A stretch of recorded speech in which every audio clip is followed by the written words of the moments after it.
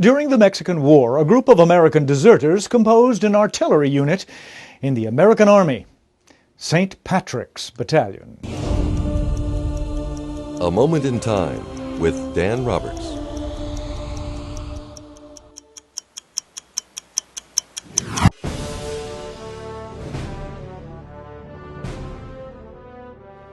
Led by John O'Reilly, a native-born Irishman, and made up of Irish expatriates, former slaves, and not a few American abolitionists, fearful that the Mexican War was a plot to increase the number of slave states, the San Patricios, or St. Patrick's Battalion, formed themselves into a highly effective mobile artillery unit.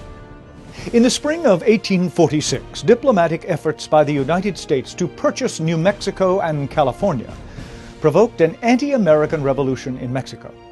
The new government under General Santa Anna rejected the U.S. overtures, and President James Knox Polk ordered an army under General Zachary Taylor into disputed territory just north of the Rio Grande River.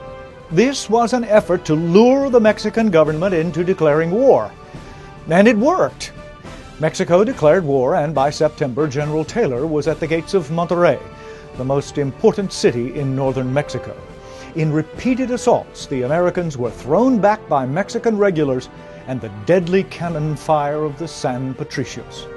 In fighting all over the country, mostly rearguard actions designed to slow the steadily advancing U.S. Army, the San Patricios proved themselves a tenacious fighting force.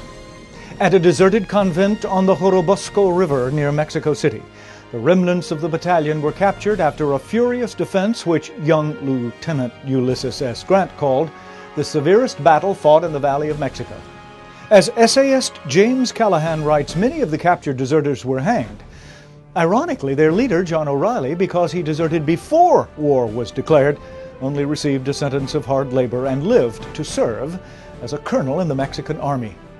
He was later involved in a failed coup attempt, was exiled, and from there drops out of the historical record.